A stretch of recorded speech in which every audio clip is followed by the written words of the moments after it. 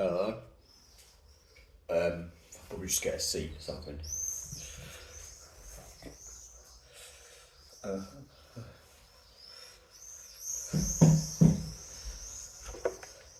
hello. Um, so happy Saturday. Um, sorry, I look a bit messy.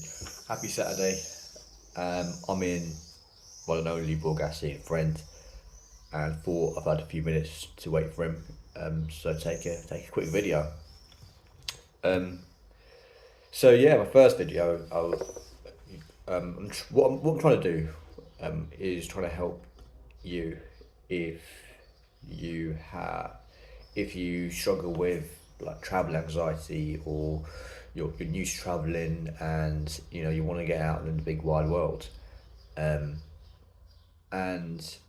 I've met so many different types. I mean, I'm only 23 right now, but I've met so many different types of people in traveling, but also, more importantly, so many different types of people on on the who haven't gone travelling, um, and for various different circumstances. Um, and it does surprise me, not necessarily why they haven't travelled, but what they feel about travel. Some of them feel like it's a different world. Some of them feel it's a bit daunting, and some of them, could do with a lot of help. But and that may be you. That may be you. You could do, a bit of help when it comes to going abroad, and visiting new places, especially when you haven't really done it before. In my last video, you might have seen it. Don't worry if you haven't, because I was waiting again outside, and I wasn't really looking at the camera that much as maybe I should. I was not really looking at you guys as much, not really camera you, um, as much as I should have. So it might have been distracting anyway. But hey, that was the first video. Um,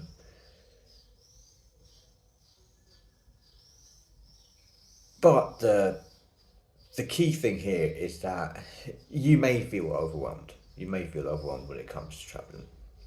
And one of the things I mentioned is a checklist. If you heard, I've had a few different tools on there, but I wanted to really break it down because it was only like 5 minutes, and I think the checklist is getting really important. And I don't know how much I can emphasize it enough. But basically, I want to kind of go through like all the different aspects of this checklist. Um, what I do, just bear with me. I'm just going to get a notepad quickly, just so I can kind of go through it myself as well when I'm with you. I really should use this on more video, shouldn't I? But yeah, essentially, we've got to kind of understand that there's a lot of different things to look at. But firstly, the first thing, when you're starting the travel checklist, is actually not about the travel itself. It's actually about everything before you travel. So um, there's a few things that can come with this. I'm just going to check something, if I can, if it lets me do it. Hello, you might have just noticed that I cropped the video. I had to stop short the video, because I didn't really have everything on hand, and I didn't want to just start looking at stuff, because when you do look at stuff, your phone, as if you have it, you look at a different tab and your phone camera stops working. And it happens if you guys have done the video call before. You'd be looking at the video call, you'd be doing the video, and then all of a sudden you change tab, and then you're like, your mate's like, "Where's your face gone, mate?" And it's kind of like that with filming as well. And I'm sure some of you might have filmed before, and it's frustrating as well. So I thought I'd note everything down before we jump straight into it. But basically, in summary, if there's one thing you want to take, you want to consider the following aspects: documents, technology, clothes, hygiene, medicine, and food and bites. So I say that once again: document, technology, clothes, hygiene, medicine, food and bites. And as long as you cover all these documents, all all these sections in a sufficient degree before you go travelling, I I'd love to say 100% guarantee, but 90% guarantee that you won't really face many issues. This is just one part of the preparation, but this is the most important part. Now, obviously, someone can say, look, Raj, when you're doing holidays, you can't, it's not just about the documentation, it's the airport itself, it's the flights, sort of things get cancelled, things happen on holidays. But as our jobs as travellers, whether you're solo or you're going with your mates, it's kind of our job to reduce that strain on us, because holidays are not really meant to be stressful. I grew up, and bless it, I was growing up, and, holidays became quite stressful. Partly because, well, it was my mum kind of doing a lot of work, but it became stressful. But if you can create a succinct step-by-step checklist with timelines where you want to go and where and what you want to do within that time, and you understand your timelines as well, it's not going to be very difficult, and you're going to end up having a very smooth experience from start to finish. My holiday that I'm now, that I started, I planned the holiday a few months ago, but the checklist started a week ago. I wasn't ramming everything way beforehand. The checklist started. I started working on the checklist I started ticking boxes a week ago. So this is another thing we're going to consider as timelines. But I just want to go through one aspect of this massive thing, and maybe I might synthesize everything and bring it into one full guide. But for now, I'm just going to talk about one thing: documentation. So what exactly do we mean by documentation? This is not exactly paperwork, because nowadays you don't need a lot of paperwork. You can have it on your phone, but it's just files and things you should keep, whether on paper or not. And certain things must be hard copies that you take before traveling. So the first document that you want to look at, it's very obvious, the travel document. This is probably the one thing least people forget. But when I mean travel document, I mean your passport. That's the one at least people forget. But also, have you got a mobile copy of your travel insurance, of your health insurance? Touch wood have never actually been an issue where I needed my travel insurance to cover me. There was one point where when I wanted it to cover me, and it couldn't quite cover me. So another is a separate discussion about travel insurance and its pros and cons and looking for the right one. But passports and having a copy of travel insurance and having a copy of a health insurance, whether that be, in my case, they're still having a record of the European health cards, is I find pretty important. It gives you peace of mind. So that's what I consider your travel documents. Bar that, your invoices and your booking confirmations. Second to none really in terms of its importance, your flight tickets, your boarding pass. Now you may already have your boarding pass.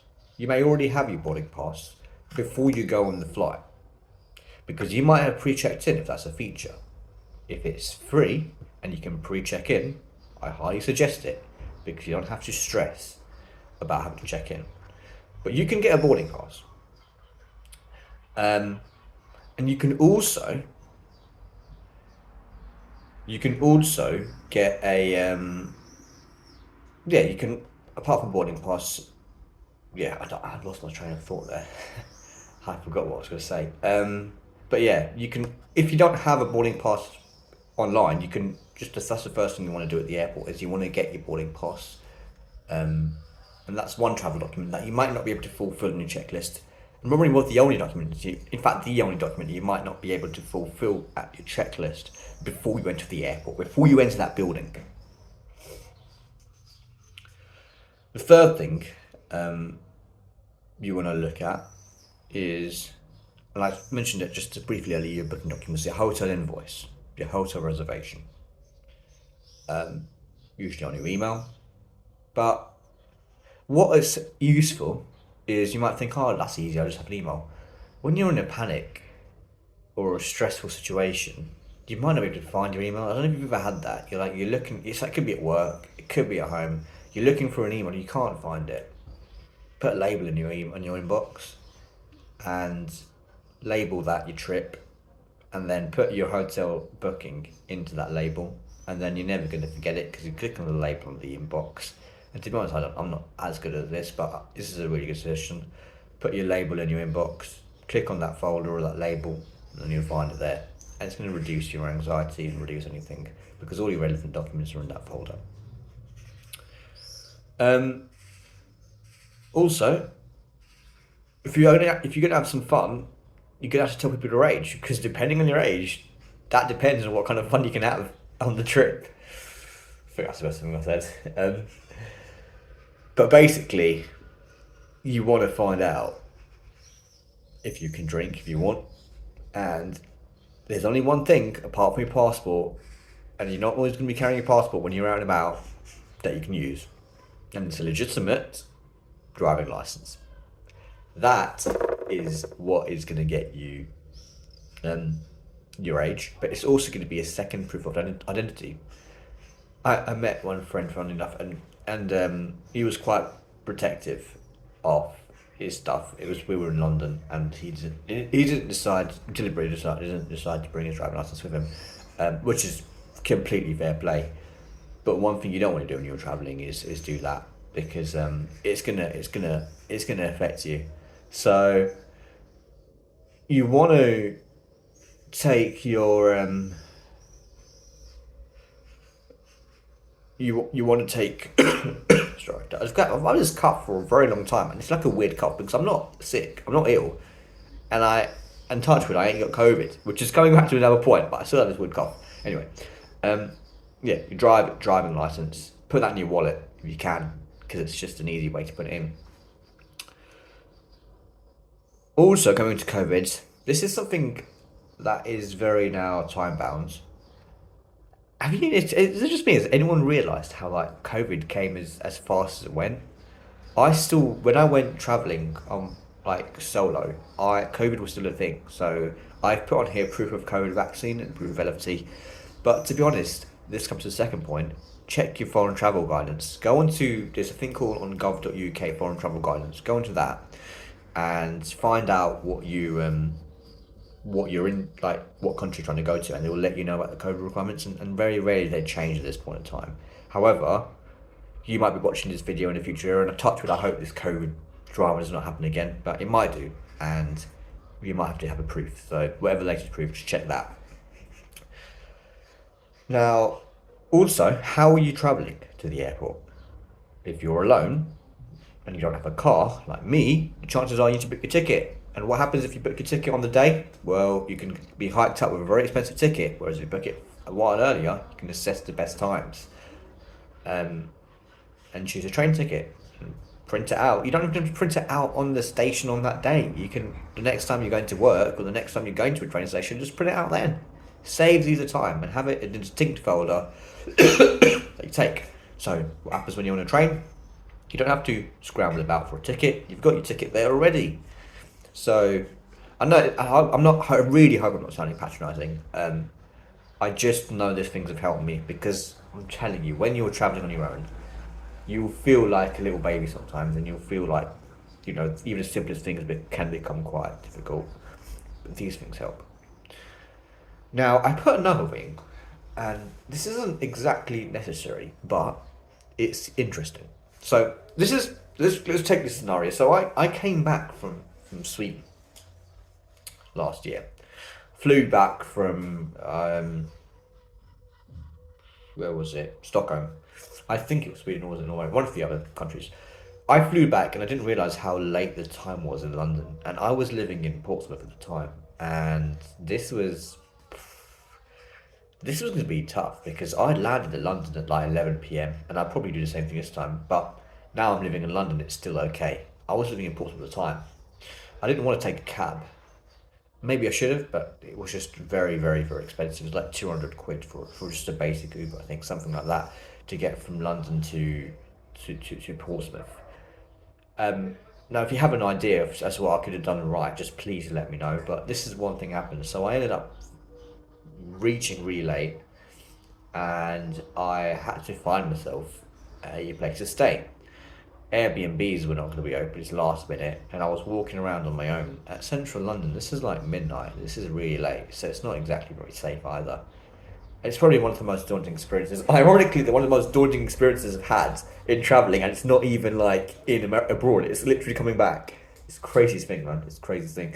But I came back, and yeah, I did not have a place to stay. So there was I. I'm just gonna pause this a bit. I'm gonna come back to it. But basically, what happened was I was on a hotel.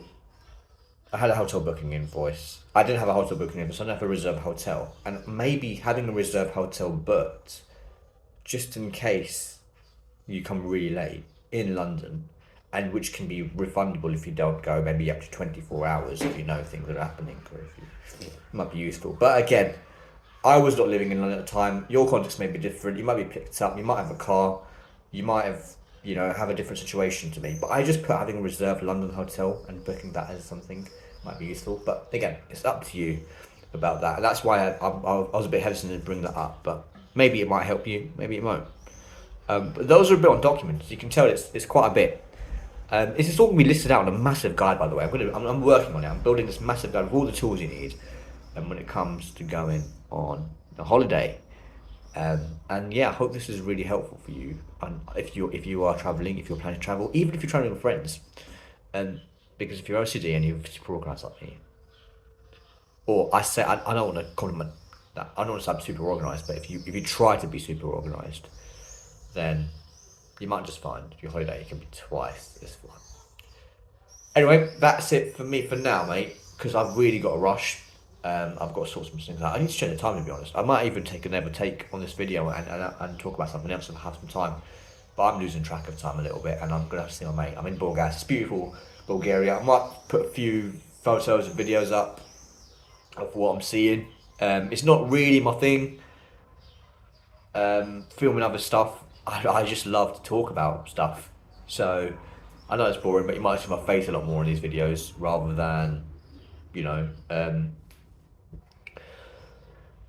scenery. But if you like that kind of stuff, just let me know, man. I can just send you a few videos of what I'm seeing around here. It's beautiful. It's it's the first time I'm seeing a mate on holiday. It's the best thing ever.